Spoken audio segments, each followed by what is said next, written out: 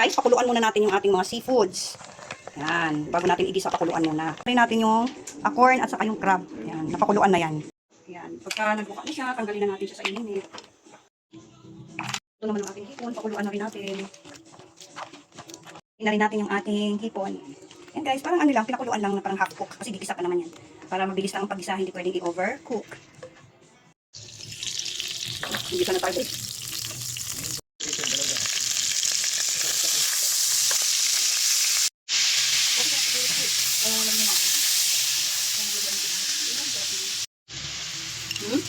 Masala ba yun? Okay, ano masala yan?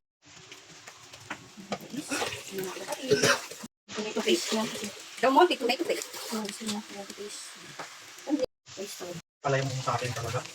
Okay. Kahit iwan, siguro. Oyster sauce. Lagyan natin ng pamintang powder. Lagyan natin Sprite. Ano natin ng umami or liquid seasoning, pampabangoy, dagdag lasa. At syempre, lagyan din natin yan ng asin and calamansi. Wow. May degree pa. Yan. Gumamit kami ng dalawang calamansi. Ang Brown sugar. sugar. Ang brown sugar kasi para tamis ang Pinang-corn. ang corn.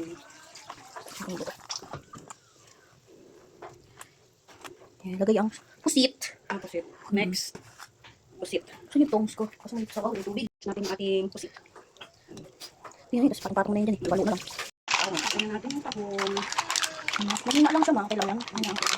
Kasi yung ating pusit. Tapos lalagay ko yung ano. Yung crab na. Lagay ko na nga din pati yung hipon para ano ka na mag-video. Tapos ka na mag-video. Halwa. Parang ang kunti yung sauce niya.